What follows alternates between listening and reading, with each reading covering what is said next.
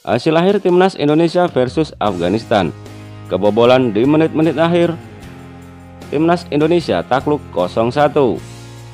Namun sebelum kita bahas lebih lanjut, subscribe channel ini agar kalian tidak ketinggalan berita-berita terbaru dan menarik seputar timnas Indonesia.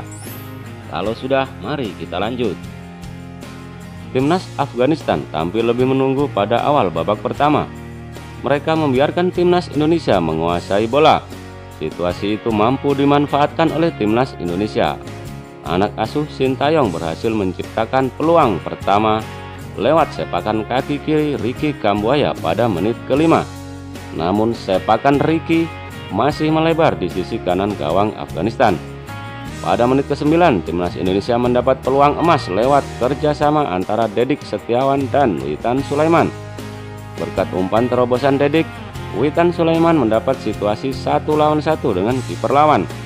Witan menempatkan bola di sisi kiri tetapi masih melebar sehingga gagal berbuah gol. Setelah itu, Afghanistan mulai merespon dengan melancarkan beberapa serangan. Mereka menerapkan operan 1-2 dan di jantung Setelah itu, Afghanistan mulai merespon dengan melancarkan beberapa serangan. Mereka menerapkan operan 1-2 di jantung pertahanan timnas Indonesia.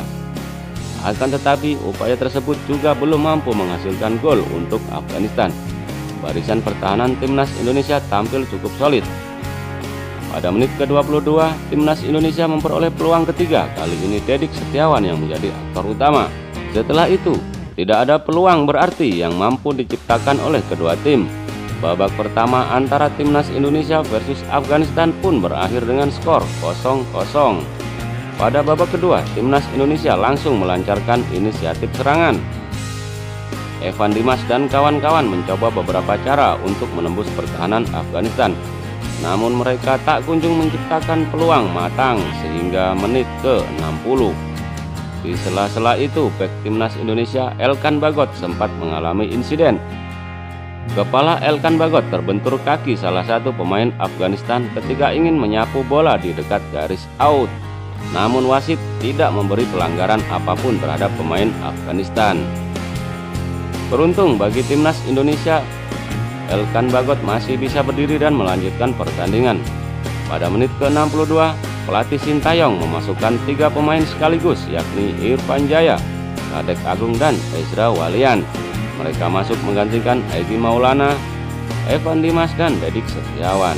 Tak lama setelah itu, Sintayong menarik keluar Elkan Bagot yang sempat mengalami insiden.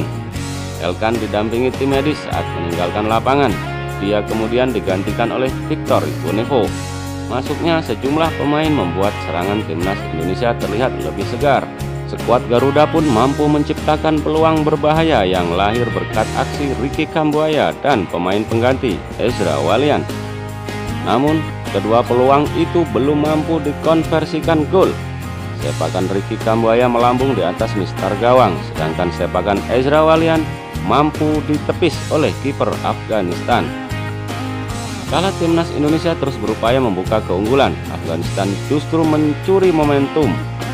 Mereka sukses membobol gawang timnas Indonesia berkat aksi pemain bernomor punggung 19, Omid Popalazai.